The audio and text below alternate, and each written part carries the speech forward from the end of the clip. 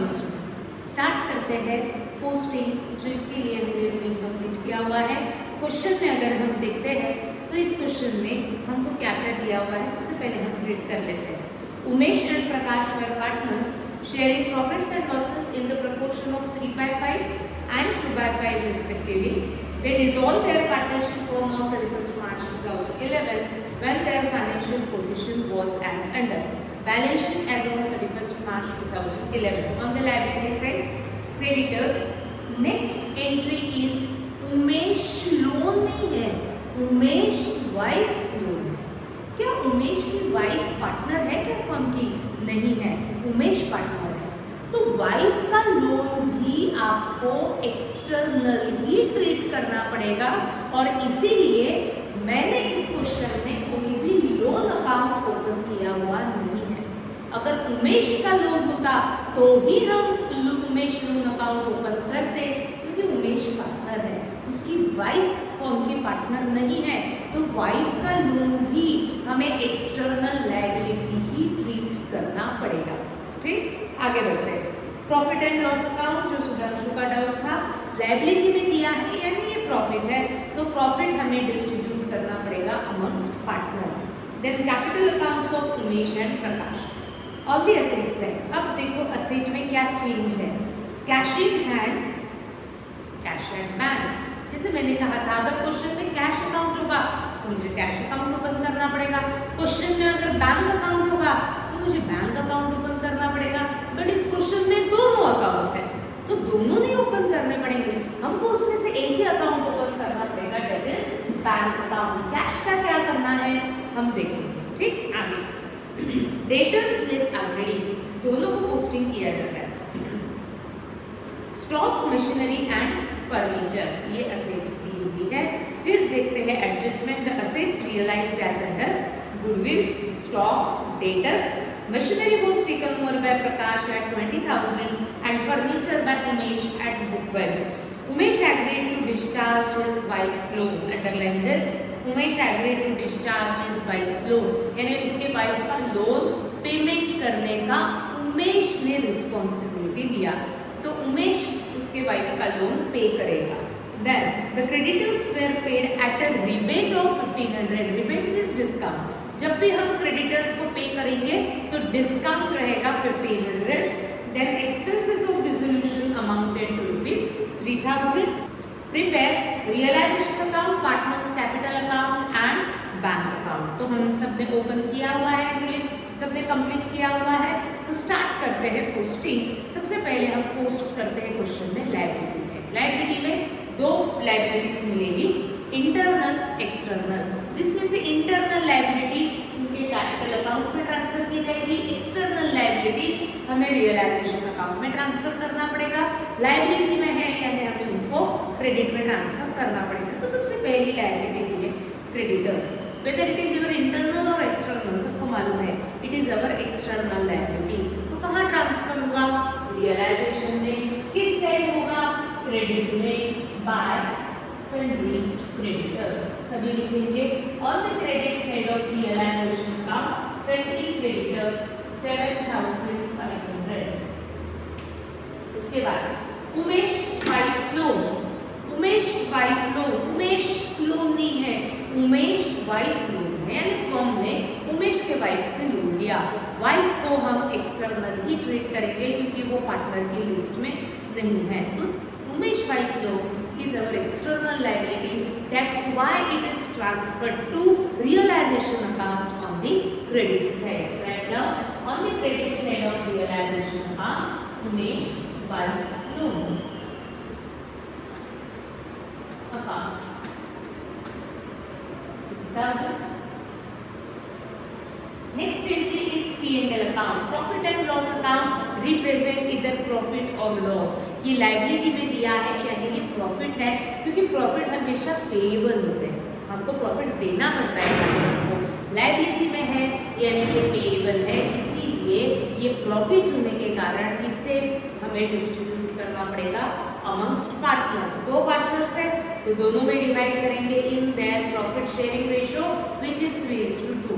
तो देखते हैं P&L अकाउंट आपको दिया हुआ है 9,000, तो डिवाइड 9,000 into से डिवाइड कर दो, इसका शेयर आएगा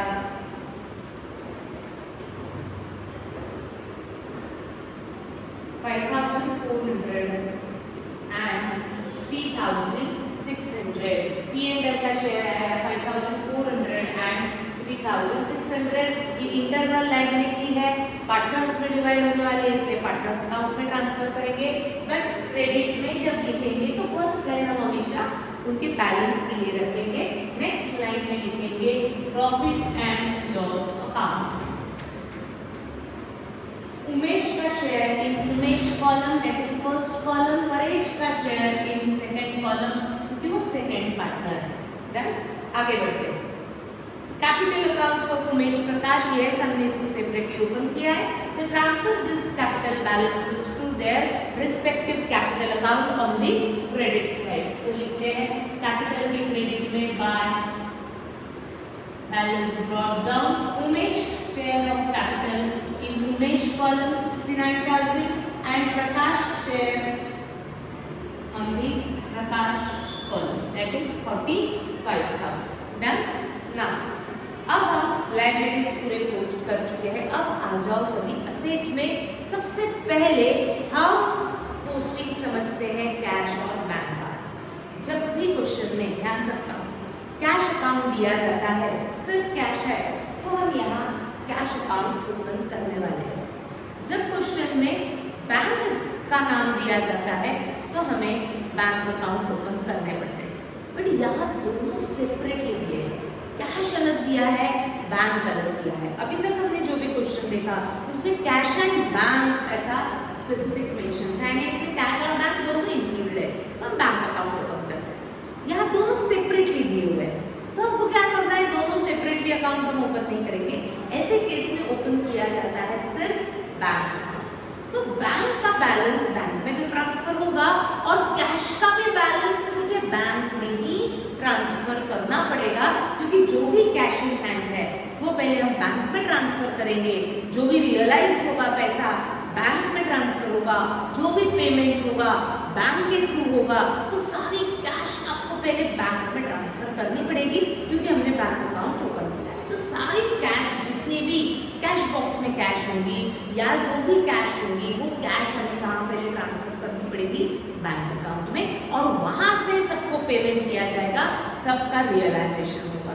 तो यहाँ मुझे कैश का भी बैलेंस बैंक अकाउंट में ट्रांसफर करना है और बैंक का भी बैलेंस मुझे बैंक अकाउंट में ही ट्रांसफर करना है।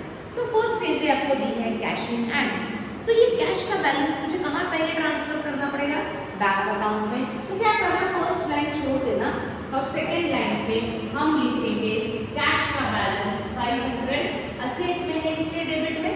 हम बैंक अकाउंट में कैश का नाम लिख सकते हैं, क्योंकि कैश का अकाउंट सेपरेट अकाउंट होता है, तो बैंक में हम कैश का नाम लिख सकते हैं। और ये 500 कैश का बैलेंस है, तो उसके आगे लिखा जाएगा टू कैश अकाउंट। बट उसके बाद में जो आपको बैंक बैलेंस दिया हुआ है कैश एट बैंक 1000, ये भी मुझे बैंक अकाउंट में ही ट्रांसफर करना पड़ेगा। असेट में है इसलिए on the debit side, but bank में हम बैंक का नाम नहीं लिख सकते, इसीलिए बैंक के बैलेंस के सामने लिखा जाएगा टू बैलेंस ब्रॉट डाउन। और बैलेंस कभी भी फर्स्ट लाइन में ही लिखा जाता है, इसलिए मैंने कैश का बैलेंस लिखने के पहले एक लाइन ब्लैंक कर दी। ठीक, तो जब भी क्वेश्चन में दोनों अकाउंट सेपरेटली दिए जाते हैं, cash as well as bank, तो आप ओपन करेंगे बैंक अकाउंट ही। बट कैश का बैलेंस हमें बैंक में ही ट्रांसफर करना पड़ेगा, क्योंकि जो भी कैश इन हैंड होगी वो हम पहले बैंक में डिपॉजिट कर देंगे और वहां से रियलाइजेशन, वहां से पेमेंट किया जाएगा। तो जो भी कैश थी वो मैंने बैंक में डिपॉजिट कर दी, तो 500 कैश के बैलेंस के साथ में हम कैश लिखेंगे, क्योंकि बैंक में हम कैश का नाम लिख सकते हैं, बट बैंक में हम बैंक का नाम नहीं लिख सकते, इसलिए बैंक का बैलेंस गया बैलेंस ब्रॉट डाउन के नाम से। ठीक, आगे बढ़ते हैं। डेटर्स लेस आरडीडी, सबको आता है डेटर्स कैसे पोस्ट करना है, आरडीडी कैसे पोस्ट करना है। स्टॉक, मशीनरी, फर्नीचर, इनके कोई भी लेजर में हमने अकाउंट ओपन नहीं किए हैं, and all these are realisable assets, that's why this assets are transferred to realisation account, but asset is on the debit side. Transfer करते हैं। सबसे पहले है डेटर्स, बट डेटर्स जब हम ट्रांसफर करेंगे तब उसकी original value that is inner column value 33,750, और क्योंकि मुझे आरडीडी भी पोस्ट करनी है, सेम साइड से माइनस ना करते हुए हम आरडीडी को अपोजिट साइड में यानी क्रेडिट में लिख देंगे बाय आरडीडी अकाउंट 3750, ताकि ऑटोमेटिकली 30,000 का इफेक्ट डेटर्स का हमने दिया है। Then stock machinery furniture asset में है, that's why on the debit side of realisation account to stock account 67,500, to machinery account 22,500, to furniture account 15,000। सारी असेट्स और लायबिलिटीज आंसर में आ चुकी है। जो लायबिलिटीज है देखो हमने क्रेडिट में पोस्ट की है, जो असेट है वो हमने डेबिट में पोस्ट की है। सारी बैलेंस शीट आंसर में पोस्ट करने के बाद हम अभी पोस्ट करेंगे एडजस्टमेंट्स, बट एडजस्टमेंट्स को डबल इफेक्ट दिए बगैर हम नेक्स्ट एडजस्टमेंट पे नहीं बढ़ते, तो हमें हर एडजस्टमेंट के डबल इफेक्ट देने पड़ेंगे। बट एडजस्टमेंट्स के लिए हम बनाते हैं वर्किंग नोट, दो working note, first working note for yes asset and second working note for liability. तो पहले आप ट्राई तो करो वर्किंग नोट फॉर असेट, सभी मैं तो बोर्ड पे कर ही रही हूँ, आप भी करेंगे। पहले सिर्फ असेट के लिए वर्किंग नोट, कहाँ कौन सा पोस्ट करना, कौन सी एंट्री सोल्ड में लिखना, कौन सी एंट्री टेकन बाय पार्टनर में लिखना, पहले ट्राई करो, पोस्टिंग नहीं। पहले सिर्फ वर्किंग नोट असेट के लिए आप प्रिपेयर करके रखेंगे, जल्दी से करेंगे सभी। बैंक अकाउंट के नीचे ही आपको प्रिपेयर करना पड़ेगा first working note for asset.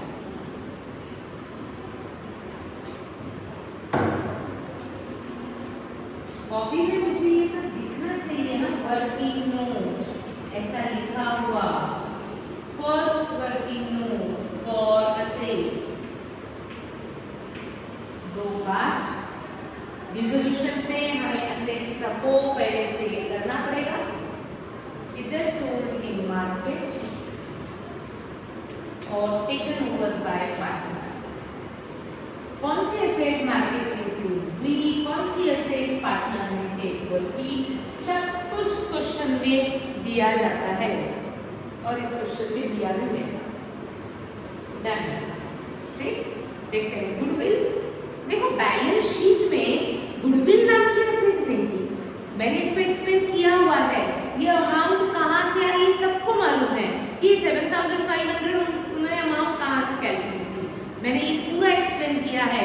ये अपने मन से 7,500 नहीं आया, इस गुडविल को, इस फर्म के रेपुटेशन को बिजनेस ने स्टडी किया। क्या स्टडी किया, इस बिजनेस के पास्ट ईयर्स के प्रॉफिट, वो प्रॉफिट पे मेथड अप्लाई की। कौन से मेथड होती है गुडविल को वैल्यू करने की, ये मैंने एक्सप्लेन किया हुआ है। Average profit, super profit, capitalisation of average, capitalisation of super, annuity method, ऐसी बहुत सारी मेथड्स होती है। कोई ना कोई एक मेथड उन्होंने अप्लाई की होगी और फिर आया है ये 7,500। फिर गुडविल बैलेंस शीट में नहीं है, बट आपको उसको रियलाइज के लिस्ट में दिया है। That means eight the time of dissolution इस फर्म ने गुडविल के अगेंस्ट पैसा रिकवर किया है, गुडविल सेल किया है और अमाउंट रियलाइज की है। तो रियलाइज दिया है तो इसको हमें रियलाइज के कॉलम में लिखना ही पड़ेगा।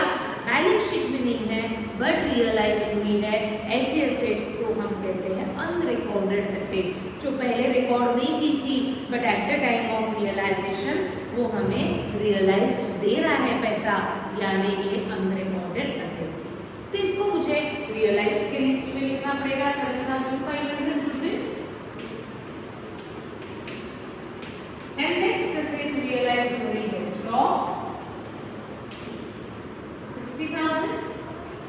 नेक्स्ट एसेट्स रियलाइज हो रही है डेटर्स। किसने रियलाइज किया, कुछ भी नहीं किया, दैट मींस वो हमने मार्केट में रियलाइज किया, ठीक।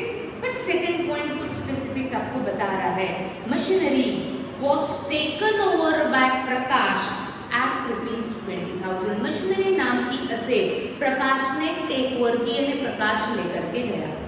फर्म बंद हो रही है, असेट को मुझे या तो मार्केट में बेचना पड़ेगा, अगर कोई असेट पार्टनर को चाहिए तो मुझे उसको पार्टनर को देना पड़ेगा।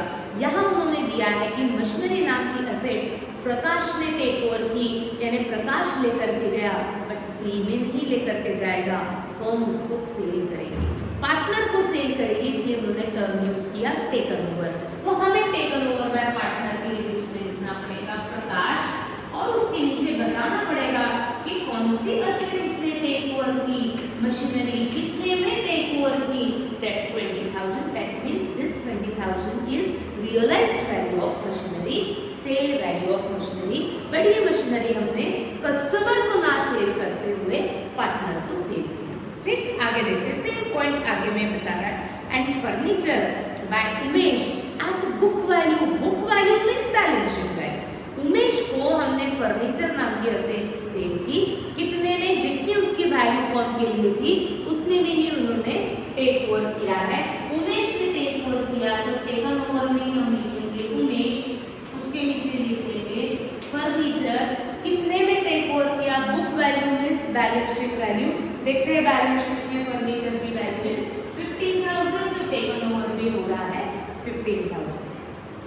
फिर थर्ड पॉइंट है, Umesh agreed to discharge his wife's loan, ये लायबिलिटी थी, क्रेडिटर्स लायबिलिटी है, एक्सपेंसेस भी मुझे पे करने पड़ेंगे, तो थर्ड फोर्थ पॉइंट हम लायबिलिटी की लिस्ट में रिकॉर्ड करेंगे। अब असेट की ये चार्ट हमारा रेडी हो चुका है, तो असेट की ये चार्ट का मुझे एंट्री रिकॉर्ड करना पड़ेगा। सबसे पहले असेट सोल्ड की एंट्री देखते हैं, टोटल कितने में असेट रियलाइज हुई है, 94,500 में, तो हमें 94,500 की कंबाइंड एंट्री पास करनी पड़ेगी। प्रकाश ने जो टेक ओवर किया उसकी सेकेंड एंट्री, उमेश ने जो टेक ओवर किया उसकी थर्ड एंट्री। असेट के चार्ट से हमें ये तीन एंट्रीज रिकॉर्ड करनी है, चाहे आपने उसको मार्केट में सेल किया या पार्टनर ने टेक ओवर किया, असेट का ये चार्ट आपको बताएगा सेल ऑफ असेट, या तो मार्केट में बेची गई नहीं तो पार्टनर को बेचा, सेल है ना, that means it is our income. तो ये तीनों एंट्रीज इनकम होने के कारण रियलाइजेशन अकाउंट के क्रेडिट में ही रिकॉर्ड करना पड़ेगा, क्योंकि क्रेडिट ऑल इनकम्स। तो सबसे पहला इनकम है 94,500, लिख दिया 94,500, सेकेंड इनकम है 20,000, लिख दिया, थर्ड इनकम है 15,000। अब इसके आगे हमें कुछ ना कुछ रिकॉर्ड करना है। आप ऐसा भी याद रख सकते हैं, ये याद रखने का तरीका, हमने असेट को ऑलरेडी डेबिट में लिखा है, यस, तो चार्ट की एंट्री उसके अपोजिट साइड में ही पास होगी। सारी असेट्स किसी न किसी को हमने सेल की, या तो मार्केट में नहीं तो पार्टनर। 94,500 हमने किसको सेल की, प्रकाश को, उमेश को, कि मार्केट को, मार्केट में सेल की, तो कस्टमर से हमको तुरंत पैसा मिला होगा, इसलिए इसके आगे लिखा जाएगा बाय बैंक अकाउंट एज पर वर्किंग नोट। अगर हम रियलाइजेशन के क्रेडिट में लिखते हैं बाय बैंक, एडजस्टमेंट है तो डबल इफेक्ट हो जाएगा, तो बैंक के डेबिट में लिखना पड़ेगा टू रियलाइजेशन अकाउंट 94,500। इसके दो इफेक्ट हो चुके हैं, एक रियलाइजेशन में, एक बैंक। सेकेंड बैच ऑफ प्रकाश, हमने ये प्रकाश को सेल किया 20,000। क्या पार्टनर आपको इमीडिएट पैसा देंगे, क्या ये पार्टनर को जो आपने असेट सेल की उसका पैसा उनके कैपिटल में एडजस्ट करेंगे, उनके कैपिटल में हम एडजस्ट करते हैं। तो ये 20,000 हमने मार्केट में नहीं सेल किया, हमने प्रकाश को सेल किया, इसीलिए उसके आगे लिखा जाएगा बाय प्रकाश कैपिटल एज पर वर्किंग नोट। अगर हम रियलाइजेशन के क्रेडिट में लिखते हैं बाय प्रकाश, तो हमें प्रकाश कैपिटल अकाउंट के डेबिट में पोस्ट करना पड़ेगा टू रियलाइजेशन प्रकाश। कौन से नंबर का पार्टनर है, पहले सबसे पहले क्वेश्चन में लिखा जाएगा प्रकाश का नाम सेकंड नंबर पे है, तो ये अमाउंट जाएगी सेकंड कॉलम में 6000 ये बराबर पोस्ट करते जाना है। कौन से कॉलम में लिखना, तो वो कौन से नंबर पे है वो देखो। प्रकाश सेकंड नंबर पे है तो उसका कॉलम है, तो हमने उसका अमाउंट सेकंड कॉलम में लिखा। उमेश को हमने सेल किया है 15,000, हमने क्रेडिट में रिकॉर्ड किया। उमेश पार्टनर है, पार्टनर को सेल किया तो इसके आगे लिखेंगे by Umesh capital account as पर वर्किंग नोट। रियलाइजेशन के क्रेडिट में अगर मैं लिखती हूँ बाय उमेश, तो मुझे उमेश कैपिटल अकाउंट के डेबिट में लिखना पड़ेगा टू रियलाइजेशन। इसी के सामने उमेश फर्स्ट पार्टनर है तो फर्स्ट कॉलम में लिख देंगे 15,000। ठीक, तो असेट के चार्ट की एंट्री कंप्लीट हो चुकी है। मैं विदाउट लॉजिक में हम कैसे याद रख सकते हैं? असेट को मैंने ऑलरेडी डेबिट में लिखा है तो उसकी सेल की एंट्री उसके अपोजिट साइड में लिखी, ताकि प्रॉफिट लॉस ऑटोमेटिकली एडजस्ट होता है। ये इसके पीछे का रीजन होता है। ठीक, आगे बढ़ते हैं। अब हम सेकंड वर्किंग नोट प्रिपेयर करेंगे फॉर एक्सटर्नल लायबिलिटीज। लायबिलिटीज को हमेशा पे ऑफ करना पड़ता है, पे करना पड़ता है। फर्म पे करेगी, नहीं तो पार्टनर पे करेगा। तो पेड बाय फर्म और पेड बाय पार्टनर। कौन सी लायबिलिटी फर्म ने पे की, कौन सी लायबिलिटी पार्टनर ने पे की, क्वेश्चन में सब कुछ दिया जाता है। देखते हैं point number 3। Umesh agreed to discharge his wife's loan. Discharge means उसने वाइफ्स लोन के पेमेंट का रिस्पॉन्सिबिलिटी ले लिया। यानी उमेश की वाइफ को फर्म पे करने वाली है कि पार्टनर पे करने वाला है? उमेश पार्टनर है ना, पार्टनर पे करने वाला है तो पेड बाय पार्टनर की लिस्ट में हम लिखेंगे उमेश और उसके नीचे वो कौन सी लायबिलिटी का पे ऑफ करने वाला है? Wife's loan. तो लिखते हैं वाइफ्स लोन कितना पे किया, कुछ अमाउंट नहीं दी, यानी जितना ओरिजिनल अमाउंट होगा वो ओरिजिनल अमाउंट उसने पे ऑफ कर दिया। टोटल कितना? 6,000। उमेश वाइफ लोन 6,000 था, पे भी कितना किया? 6,000। तो कोई अमाउंट नहीं दी तो फुल पे कर दिया। आगे the creditors were paid at a rebate of 1,500। Rebate यानी डिस्काउंट, डिस्काउंट दिया है क्रेडिटर्स को 1,500। डिस्काउंट से वैल्यू कम होती है, तो क्रेडिटर्स को जब भी हम पेमेंट करेंगे तो टोटल अमाउंट में से 1,500 का डिस्काउंट शो करना पड़ेगा और डिस्काउंट से वैल्यू कम होती है। किसने पे किया? प्रकाश ने, उमेश ने, कुछ भी मेंशन नहीं है तो फर्म ने पे किया। तो कर लिखते हैं पेड बाय फर्म की लिस्ट में creditors. Original amount of creditors is 7,500, जिसमें से डिस्काउंट दिया है 1,500, डिस्काउंट से वैल्यू कम होती है इसलिए मैंने माइनस किया, यानी क्रेडिटर्स को आप पे ऑफ करेंगे 6,000। ठीक ना, next expenses of dissolution amounted to ₹3,000। Expenses जब डिसॉल्व हुई फर्म तो उनको कुछ एडिशनल एक्सपेंस हुआ।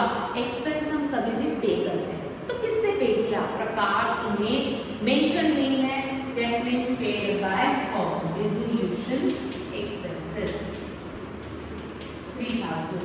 अब जरा देखो हमारे पास जितनी एक्सटर्नल लायबिलिटी थी वो पूरी की पूरी पे ऑफ हो चुकी है क्या? हमारे पास क्रेडिटर्स थे, हमारे पास उमेश वाइफ लोन था, आरटीडी सिर्फ हमने क्रेडिट में लिखा है माइनस का इफेक्ट शो करने के लिए, तो ये कोई लायबिलिटी नहीं होती। तो क्रेडिटर्स थे और उमेश के वाइफ का लोन था, दोनों पे ऑफ हो चुकी है और एक एडिशनल एक्सपेंस भी पे ऑफ हो चुका है।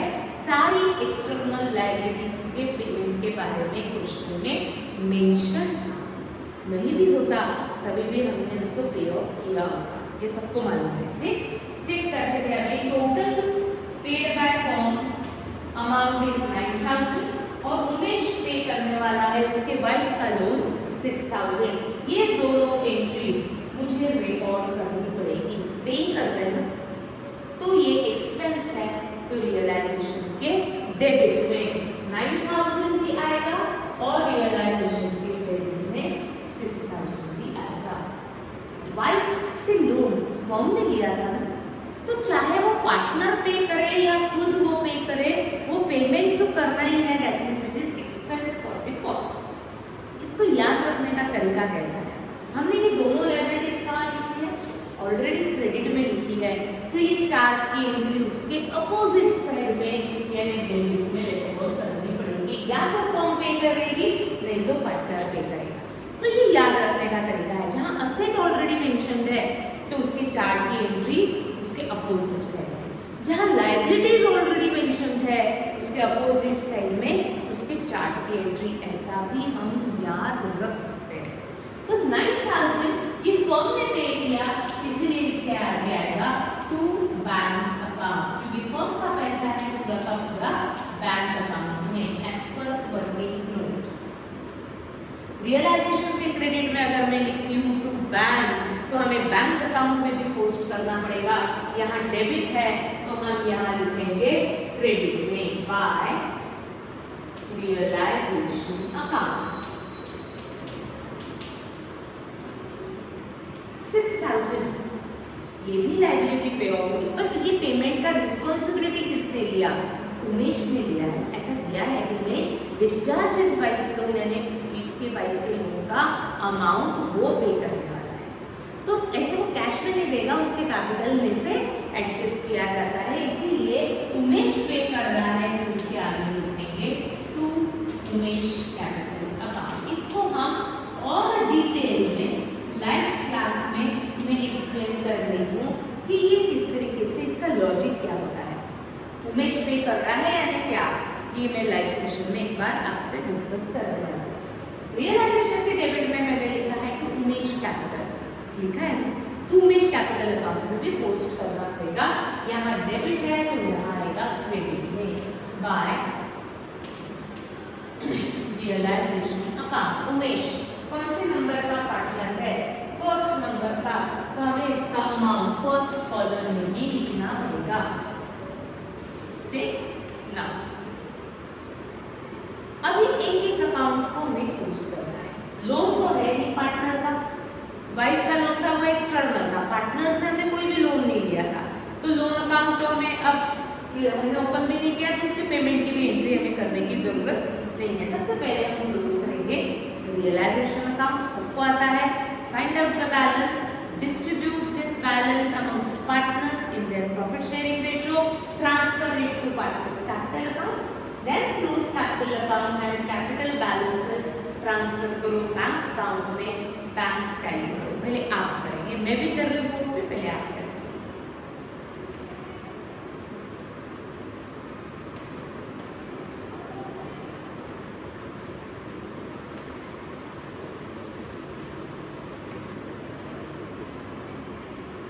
$153,750 is the total of debit side.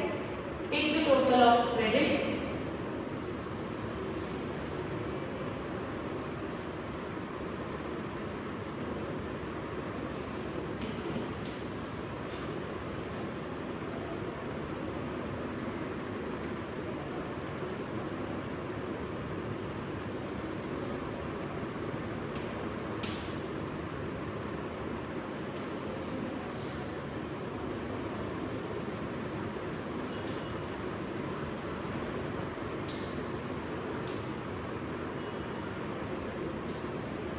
Debit is 153,750, credit is 146,750। अगर मैं इनमें देखती हूँ तो डेबिट ज़्यादा है, तो दोनों तरफ हम डेबिट का टोटल लिख देते हैं 153,750।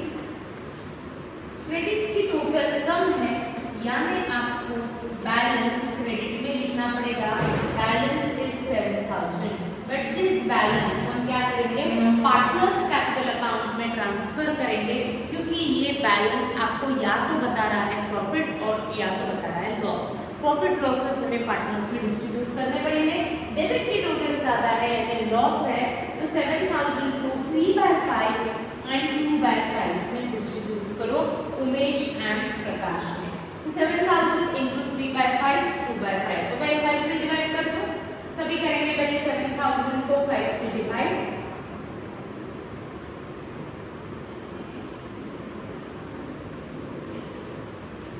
4,200 Umesh share and 2,800 Prakash share. ये दोनों शेयर हमें क्रेडिट में लिखने पड़ेंगे क्योंकि क्रेडिट की टोटल कम है, तो ये दोनों का अमाउंट टोटल कितना है 7000।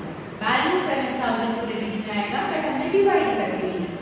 तो Umesh capital, first partner is Umesh and by Prakash capital, second partner is प्रकाश।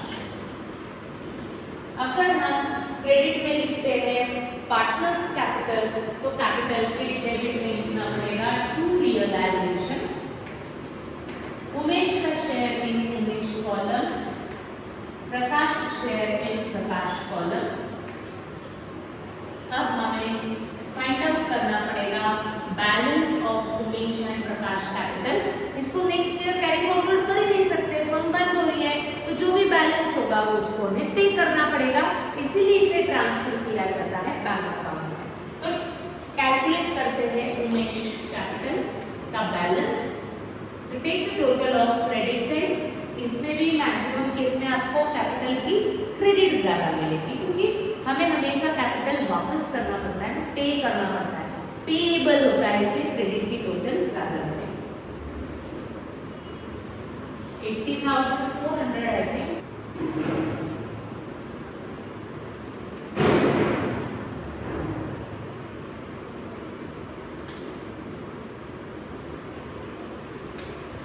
$61,200 आ रहा है उमेश का,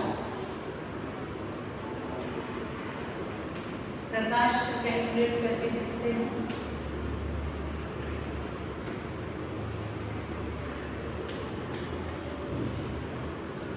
$25,800 आ रहा है प्रकाश।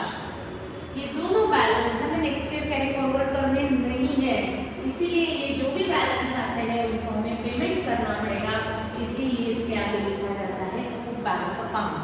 पे कर देंगे तो बैंक से पैसा जाएगा। अगर हम पार्टनर्स के डेबिट में लिखते हैं टू बैंक, तो बैंक के क्रेडिट में लिखना पड़ेगा बाय दोनों के नाम, उमेश को भी पे कर रहे हैं, प्रकाश को भी पे कर रहे हैं। उमेश का कितना पेमेंट है ये आपको उमेश का कॉलम बताएगा 61,200, प्रकाश को कितना पे किया ये आपको प्रकाश का कॉलम बताएगा 25,800 ना। अब आपके पास कैश बचनी नहीं थी, जितनी कैश थी एक्सटर्नल को भी पे ऑफ कर दिया है, पार्टनर्स को भी पे ऑफ कर दिया है, तो फर्म के पास कैश बैलेंस होगा 0 और इसीलिए बैंक अकाउंट होगा 10। Take the total of debit and credit side of bank.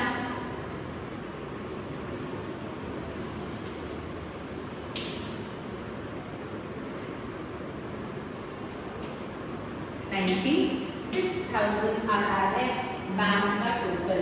अब यहाँ इस क्वेश्चन में एक लायबिलिटी पे ऑफ की है पार्टनर ने, तो हमने उसकी entry through partners capital account show किया।